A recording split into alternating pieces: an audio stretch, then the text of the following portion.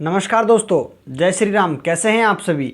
एक परिवार जिसमें एक पिता ऑटो ड्राइवर है और दो बेटियां 17-18 साल की लड़कियां अपनी मां के साथ रात को घर के अंदर सोती हैं। जब मां सुबह उठती है तो देखती है कि एक बेटी उसमें से गायब है। जब वो घर में सारे तरीके से ढूंढ लेती है तब उसकी बेटी उसको कहीं नहीं मिलती है। छोटी बेटी मुस्कान मदद करती है माँ की, लेकिन जब घर से कुछ चीज़ें इर्द गिर्द मिलती हैं तो बताती है कि माँ, अपनी बहन ही गायब नहीं है, मेरी बहन के साथ साथ आपकी जो जेवरात थे, 1.5 किलो चांदी, 3 सोने की अंगूठी, एक आपका लॉकेट, काफ़ी सारी चीज़ें, यानी कि 1 से 1.5 किलो और काफ़ी सारा सोना भी गायब है और 2,000 रुपये भी गायब हैं। माँ को शंका हो जाती है कि कहीं ना कहीं लड़की जो है भाग गई है या फिर लड़की को और गहने को ले गई, लेकिन रात को पता क्यों नहीं चला। पुलिस कंप्लेंट होने के 15-20 दिन तक कोई इन्वेस्टिगेशन नहीं होता है, ऐसे ही टाल मटोल चलती है और अचानक से उस लड़की की बॉडी मिलती है शारदा नहर के पास, झाड़ियों के पीछे, अर्धनग्न अवस्था में। सिर्फ कपड़े और कंकाल मिलता है, मांस लगभग जानवर खा चुके थे। आखिर वो लड़की वहाँ पर कैसे पहुँच गई अचानक से। दोस्तों, इस पूरे मिस्ट्री का मैं खुलासा आज करने वाला हूँ आपके सामने। एक तरफ जहाँ वर्ल्ड वार चल रहा है, दूसरी तरफ आर्टिफिशियल इंटेलिजेंस जो आ चुका है वो जॉब खा रहा है। बच्चों को स्टडी के साथ साथ अपने करियर पर एक फोकस करना चाहिए कि तब हम एक सही डायरेक्शन में जाके अपनी स्टडी कर सकें। लेकिन जब से इंस्टाग्राम आया है, लव अफेयर इतने बढ़ गए हैं कि आए दिन कोई ना कोई घटना आती ही रहती है। इंस्टाग्राम से जुड़ी ये घटना भी मैं आपको सुनाने जा रहा हूँ। बड़े ही ध्यान से सुनना, क्योंकि ये कहानी आपके दिल को छू जाएगी। इस लड़की के साथ जो हुआ अन्य किसी के साथ ना हो, इसलिए आप इस कहानी को सुनना, अपने घर वालों को बताना, एक व्यक्ति को शेयर करना। तो नमस्कार दोस्तों, मेरा नाम उमाशंकर है और मैं ऐसी ही कहानियाँ आपको सुनाता हूँ ताकि आप लोग अवेयर हो सकें। कहानी आपकी प्रयागराज की है, इलाहाबाद प्रयागराज जो आज आप सुनते हैं। जमुनीपुर के अंदर सराय इमानत एक थाना क्षेत्र लगता है। सराय इमानत नाम का एक थाना क्षेत्र, जिसके अंदर एक गांव है, उसी के अंदर एक लड़की रहती है जिसका नाम खुशी है। 17 साल की ये लड़की 10th स्टैंडर्ड में अब हो चुकी थी इस बार, और 10th स्टैंडर्ड में एडमिशन जब अब उसका होने वाला था या हो चुकी थी, अब स्कूल जा रही थी। होनहार छात्रा स्कूल जाती रहती है। उसकी एक बड़ी बहन मुस्कान भी होती है, वो भी उसके साथ ही रहती है, उसी स्कूल में पढ़ती है। और इसका एक पिता जो ऑटो ड्राइवर है, घर का लालन पालन करता है। इसकी एक माता है जो सुनीता नाम की है, वो अपना घर गृहस्थी देखती है, इन दोनों का अच्छे तरीके से टेक केयर करती है। लेकिन अचानक से एक रात को कुछ ऐसा होता है कि जब 21 अप्रैल को ये घटना सामने आई कि 21 अप्रैल को सुबह ये बेटी अचानक से गायब हो गई है। 20 अप्रैल को 2 लड़कियां, एक उसकी माँ और उसका पिता, 4 लोग घर के अंदर आराम से सो जाते हैं।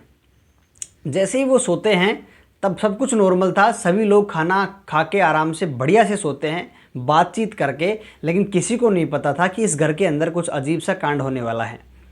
जब सुबह हुई तो माता सबसे पहले उठती है और देखती है कि एक बेटी सोई हुई है, एक गायब है। वो थोड़ी डर जाती है। वो देखती है कि हो सकता है कि या तो वो वॉशरूम गई होगी, सुबह किसी ज़रूरी जो चीज़ें होती हैं वो करने के लिए गई होगी, लेकिन वो नहीं मिलती है। उसे लगा कि वो थोड़ा दूर चली गई होगी, आ जाएगी, तो उसको थोड़ा डर लगता है, लेकिन वो वेट करती है। सवेरा हो चुका था, लड़की वापस नहीं लौटती है। जब लड़की नहीं लौटती है, अंधेरा बिल्कुल छट चुका था और सूरज दादा आ चुके थे, तब उन्होंने देखा आसपास के गांव के अंदर, गलियों के अंदर कहीं वो नज़र नहीं आ रही है। घर के अंदर जब तलाशी लेना शुरू की तो पता चला कि 2,000 रुपये गायब हैं, 3 सोने की अंगूठी गायब हैं, एक लॉकेट गायब है, 1.5 किलो के आसपास की चांदी और जो चांदी से बने जेवर गायब हैं। यानी कि तकरीबन कुल मिला के लगभग 10 लाख रुपए के आसपास का जेवर गायब है और लड़की भी गायब है। किसी प्रकार का कोई फ़ोन भी कांटेक्ट नहीं कर सकते हैं। बड़ी समस्या हुई। अब जब इस लड़की ने, मुस्कान जो इसकी बहन थी, उसने उठकर जो मम्मा को बताया कि मम्मा वो शायद गायब नहीं हुई है, लगता है भाग गई है। आखिर किसके साथ भागी होगी ये। लेकिन फिर भी दोनों माता पिता सुनीता और लक्ष्मी नारायण सीधे पुलिस थाने चले जाते हैं और उन्हें कंप्लेंट नोट कराई कि साहब, हमारी बेटी घर से गायब हो गई है, 10 लाख रुपए के आसपास के गहने गायब हो गए हैं और आप लोग कंप्लेंट नोट कीजिए और हमारी बेटी को ढूंढने का प्रयास कीजिए। जब 10 लाख रुपए गहने गायब हुए और बेटी के गायब होने की कहानी जब पुलिस वालों ने सुना ना, तो उन्हें कहा कि अपनी मर्जी से गई होगी और शायद आ जाएगी, आप चिंता ना करें, हम लोग कोशिश करते हैं, आप घर जाइए। पुलिस की तरफ से सांत्वना मिलने के बाद में माता पिता घर लौट आते हैं। उन्हें लगा कि पुलिस वाले काम करेंगे, लेकिन यहाँ पे पुलिस वालों की थोड़ी लापरवाही ये होती है कि उन्होंने ध्यान नहीं दिया। इसलिए भी शायद उन्होंने ये भी सोचा होगा कि अक्सर अपनी मर्जी से भाग के गई है तो इस पर कौन सा केस बनाएं। जब वो कहेगी कि मैं अपनी मर्जी से गई हूँ, इसमें मेरा अधिकार है कि मैं कहीं भी जा सकती हूँ, मेरी फ्रीडम लाइफ है, लेकिन ये तो नैतिकता के संबंध में व्यवहार आता है कि वो अपने माता पिता की अनुमति बिना ना जाए। पुलिस वालों ने ध्यान नहीं दिया कि आ जाएगी, नंबर वगैरह, कॉन्टैक्ट नंबर वगैरह सर्वेलाइंस पर लगाया, लेकिन कुछ मिला नहीं। उन्होंने पूछा कि आप थोड़ा सा डिटेल्स में बताइए आखिरकार हुआ क्या था। उन्होंने कहा कि हम रात को अच्छे से सोए थे, लेकिन उसके बाद में सुबह गायब है। पुलिस ने कहा कि ऐसे अचानक गायब नहीं हो सकती है। घर में और मेंबरों से जब बात हुई तो उसकी बहन से बात की गई, इसका नाम मुस्कान है, और उस मुस्कान ने जो बयान दिए उसके बाद में पुलिस वालों के भी होश उड़ गए। उन्होंने कहा कि मेरी बहन एक लड़के से बात करती है जो उसी की स्कूल में 12th स्टैंडर्ड में पढ़ता है, जिसका नाम अस्मित वर्मा है। अस्मित वर्मा 12th स्टैंडर्ड में पढ़ता ज़रूर है, लेकिन वो 10th स्टैंडर्ड में पढ़ने वाली मेरी बहन के साथ इंस्टाग्राम पे 2 साल पहले दोस्ती कर चुका है। उनका लव अफेयर चल रहा था, रिलेशनशिप में भी आ चुके थे, और वो अक्सर हमारे घर पे कई बार जो है कॉल किया करता था। एक उसकी दोस्त है, उसके थ्रू। अब ये दोस्त का जब चक्कर आया तो उनको लगा कि लड़का होगा या लड़की होगी, उसके बारे में भी डिटेल्स आपको मैं देने वाला हूँ। आखिर इनका मेडिटेयर, इनको मिलाने वाला कौन था। अक्सर कोई ना कोई एक ऐसा व्यक्ति या ऐसी लड़की होती है जो बीच का काम करती है, दोनों को इन्फॉर्मेशन पहुंचाती है। आखिर कौन थी वो लड़की, उसके बारे में भी बताऊंगा। जब पुलिस ने पूछताछ करी कि ये लव अफेयर कितने दिन से चल रहा था, उन्होंने बताया कि 2 साल से चल रहा था।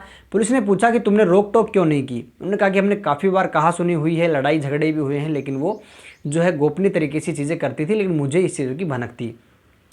उसकी बहन ने आरोप लगाया कि ये जो अस्मित वर्मा है, इसी ने ही सारा काम किया है, वही मेरी बहन को बहला फुसला कर भगा के लेके गया है, हमें न्याय चाहिए, आप उसको ढूंढिए। पुलिस वालों ने सोचा कि तुम इतना ही कठोर तरीके से एकदम क्लियरली कैसे बोल सकते हो। उन्होंने कहा कि उस दिन उसका कॉल आया था, रिया के थ्रू उसने बात करी थी, उसके मामा ने भी उससे बात करी थी, और इस लड़के के मामा ने, और इसलिए हमें आरोप हम इसलिए लगा रहे हैं कि हमें आरोप ही नहीं लगा रहे हैं, क्लियरली बोल सकते हैं कि उसने किया। 2 साल से वही बात करता था, इनके शादी की आपस में बातें चल रही थी। पुलिस वालों को लगा कि ठीक है, कुछ और सबूत आप दीजिए। घर वाले थोड़े परेशान हो जाते हैं। 1 सप्ताह बीत जाता है, लेकिन पुलिस वाले कुछ भी नहीं कर रहे होते हैं। उन्होंने कहा कि हम ढूंढ रहे हैं। पुलिस वालों को भी लग रहा था कि शायद भाग गई होगी, वापस लौट के आ जाएगी, लेकिन ऐसा कुछ नहीं होता है। जब माँ बाप को लगा कि पुलिस ऐसे काम नहीं करेगी, तब उन्होंने थोड़ा गांव वालों से सहायता ली और थोड़ा सा धरना प्रदर्शन शुरू किया। जब पुलिस वालों पे थोड़ा दबाव बढ़ाया गया, तब उसने अस्मित वर्मा को उठाया। अस्मित वर्मा को अरेस्ट करने के बाद में उससे पूछताछ की गई। लगभग 5 से 7 तारीख के आसपास उसको उठाया गया और उससे पूछताछ की तो उसको घर भेज दिया गया। उसने कहा कि साहब मुझे कुछ नहीं पता है, इसके बारे में तो मुझे ज़रा भी भनक नहीं थी। हाँ, मैं उससे प्यार ज़रूर करता था, वो मेरे रिलेशनशिप में थी, हमारे संबंध भी बने थे, किंतु मैं उसको नहीं जानता कि वो कहाँ गई। पुलिस ने छोड़ दिया, लेकिन जब घर वालों का रेयरली जो बहुत ज़्यादा प्रेशर इनका बनाया गया, तो उन्होंने उस लड़के से कड़ी पूछताछ करी। कड़ी पूछताछ करने के बाद में वो लड़का डर के मारे फिर उनको एक नहर के पास लेके जाता है। वो नहर उन्हीं के शहर के अंदर शारदा सहायक नहर के नाम से है, जमुनीपुर से लेके ककरादह के बीच में पड़ती है। उस नहर के पास लेके जाता है। सुनसान इलाका, एकदम दूर दूर तक कोई नज़र ना आए। नहर के पास झाड़ियाँ होती हैं, झाड़ियों के पीछे जब लेके जाता है तब उन्होंने बताया कि यहाँ इस खड्डे के अंदर वो है लड़की, खुशी नाम की। अस्मित के इशारे करने पर पुलिस थोड़ा सहम जाती है कि इस खड्डे के अंदर झाड़ियों के पीछे लड़की है, ऐसा कैसे हो सकता है। लेकिन जब करीब जाते हैं तो अजीब सी गंध आने लगती है। और जब पुलिस वहाँ पे जाती है तो अपनी एक टीम लेके आई थी ऑलरेडी, और उस बॉडी को देखा जाता है तो उस बॉडी पे लड़की के कपड़े चप्पल थी। कपड़े ज़रूर थे, पूरी तरीके से मांस जानवर खा चुके थे, सिर्फ कंकाल बाकी था। उसको देखकर पुलिस थोड़ा सा सहम जाती है और उसको वहीं अरेस्ट कर लेती है और उसको थाने लेके जाती है। बॉडी को कलेक्ट करके पोस्टमार्टम चीर घर के अंदर भेज दिया जाता है और उसकी फॉरेंसिक रिपोर्ट और फॉरेंसिक जो है लैब वगैरह जो भी सारे सैंपल लिए जाते हैं। अब घर वालों को सूचित किया जाता है कि ये बॉडी इस तरीके से हमें मिली है कपड़ों और चप्पलों की पहचान से लड़कियों के घर वालों ने बताया कि ये तो हमारी खुशी की बॉडी है। अब चूंकि वो लड़का एक्सेप्ट कर चुका था कि इसको मैंने ही यहाँ पे पहुँचाया है, जब बॉडी का पहचान हो चुकी है, हालांकि डीएनए टेस्ट लिया गया है साइंटिफिकली प्रूवन करने के लिए कि वास्तव में ये खुशी का सैंपल है या कोई और है, लेकिन ऐसा हो नहीं सकता है, पॉसिबिलिटीज़ बहुत कम है, क्योंकि माँ बाप ने भी उसके कपड़ों और चप्पल से पहचान कर ली और लड़का खुद स्वीकार कर रहा है। अब आखिरकार इसने वहाँ पे उसको पहुँचाया क्यों, सवाल ये उठता है। जब अस्मित से पूछताछ की गई तब उन्होंने बताया कि आज से 2 साल पहले इंस्टाग्राम पे मैंने मेरे मामा की प्रोफाइल लगाई हुई थी और मैं यहाँ पे जो है अपने मामा के घर पे था, लेकिन ये लड़की अपनी बुआ के घर पे आती है और अपनी बुआ के घर पे आने के बाद में ये लड़की मेरे मामा के घर पे मैं था और मैं इनके घर पे किसी काम से गया था, तो मुझे पहचान लेती है, क्योंकि इंस्टाग्राम की वजह से इनकी जान पहचान होती है। और इंस्टाग्राम के वजह से इनकी ये जो बयान है इनके परिवारजन के बयान हैं जो मैं आपको बता रहा हूँ। इस तरीके से इनकी इंस्टाग्राम की वजह से इनकी दोस्ती हो गई, जान पहचान हो गई। फिर एक ही स्कूल के अंदर पढ़ते थे ये, तो धीरे धीरे करके इनकी दोस्ती हो गई। 12वीं क्लास में पढ़ने वाला छात्र 10वीं क्लास उसकी लड़की खुशी से दोस्ती कर लेता है। धीरे धीरे इनकी दोस्ती प्यार में तब्दील हो जाती है। और आजकल का प्यार आपको पता है कि लास्ट में जाके कहाँ रुकता है, फिजिकल रिलेशनशिप बनने के बाद में, क्योंकि इस लड़के ने खुद स्वीकार किया है पुलिस की पूछताछ के दौरान कि उनके फिजिकल रिलेशन बन चुके हैं। अब ये बताने के बाद में उन्होंने कहा कि जब तुम्हारा इतना अच्छा प्रेम था तो तुमने उसको मारा क्यों। उन्होंने कहा कि सबसे पहले तो ये है कि मैं 17 साल का था, वो भी लगभग 17 साल की लड़की थी और मैं उससे शादी कर नहीं सकता था। मैंने घर वालों को चर्चा किया, तब घर वालों ने मना कर दिया था। ओबियसली उसके घर वालों ने भी काफ़ी सारा पीटा था उनको, मुझे भी मारा था, तो मैं ये कदम नहीं उठा सकता था। लेकिन वो बार बार फिजिकल रिलेशन बन चुके थे, मेरे साथ रहना चाहती थी और मेरे साथ ही आगे की ज़िंदगी बिताना चाहती थी। दोस्तों यहाँ पर एक सवाल ऐड मैं आपके साथ करूँगा, आपसे रिक्वेस्ट है कि इस सवाल का जवाब आप मतलब दिल से दे के जाना। अब दोस्तों ये कहानी आगे चलती है, सवाल मेरा आपके लिए बाद में आएगा। कहानी आगे बढ़ती है, वो बताता है कि साहब जब वो दबाव बनाने लगी तो मैंने एक प्लान बनाया कि उन्होंने कहा कि ठीक है अगर हम शादी कर भी लेते हैं तो आगे की ज़िंदगी कैसे चलेगी।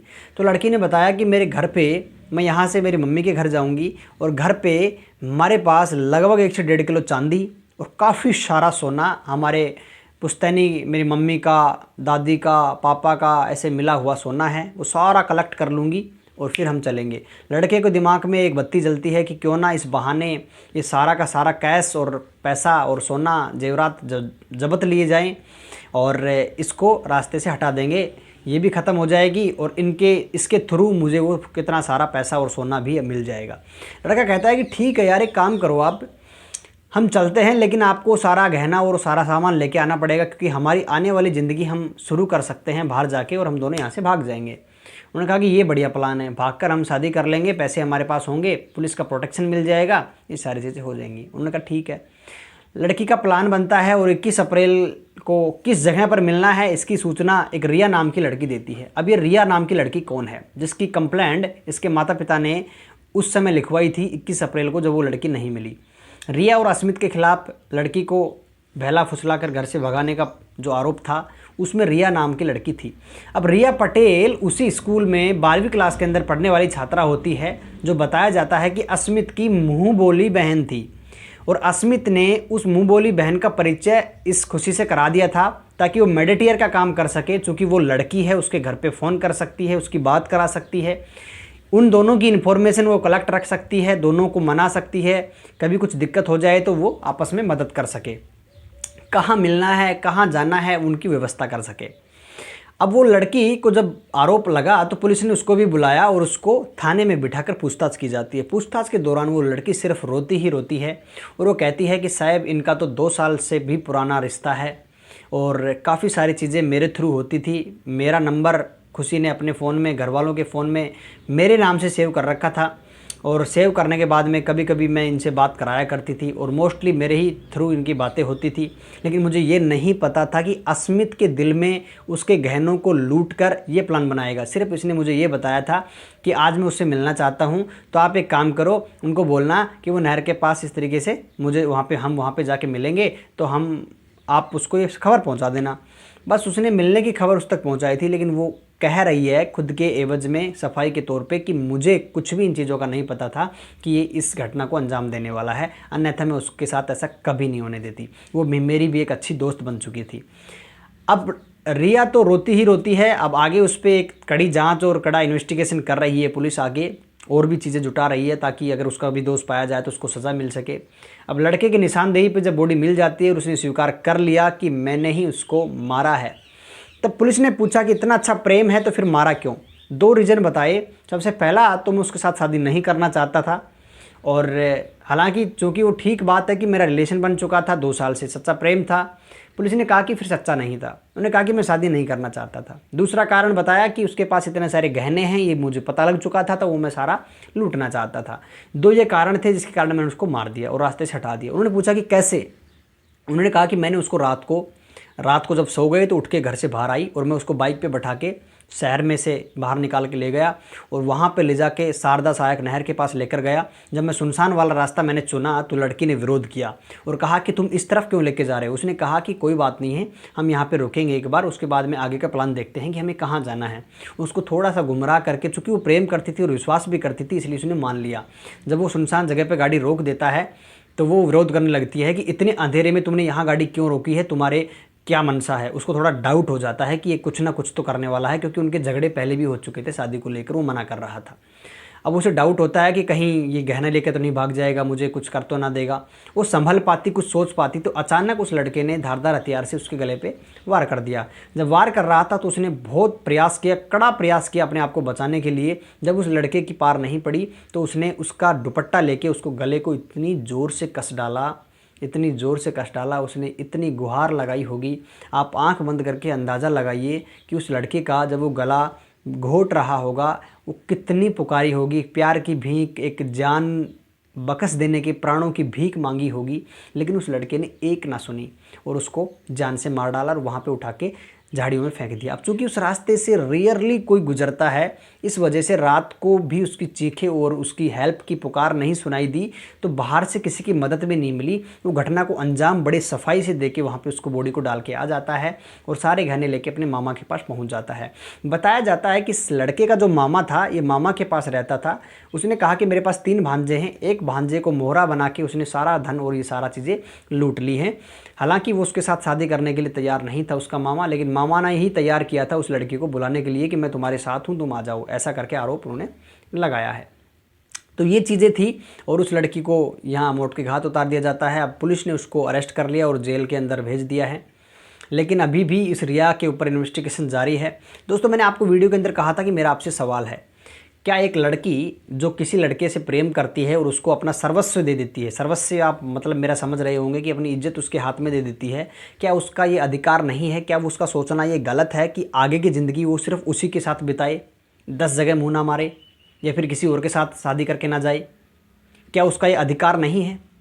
क्या ये उसका एक वो अपने विश नहीं रख सकती है अपने उस बॉयफ्रेंड के सामने कि तुम ही मेरे से शादी करो? और इन लड़कों से मैं एक सवाल करता हूँ, जब किसी नाबालिग या फिर कोई भी ऐसी लड़की के साथ तुम अपने रिलेशन बनाते हो, तब तुम्हें ख्याल नहीं आता है कि मेरे माता पिता नहीं मानेंगे? फिर तुम क्यों उस लड़की की ज़िंदगी ख़राब करने पर तुले होते हो?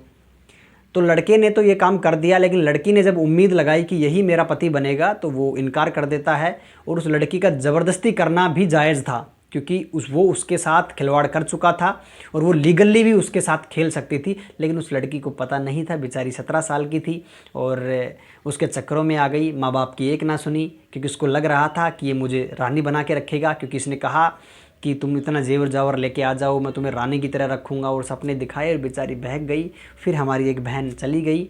दोस्तों, ऐसे ही इस कहानी का एंडिंग, दुखद एंडिंग हुआ। लड़की तो चली गई, अब लड़का जेल जाए या कहाँ जाए, एक हमें बस सांत्वना तो मिल नहीं सकती है, बस संतोष ज़बरदस्ती करना पड़ेगा।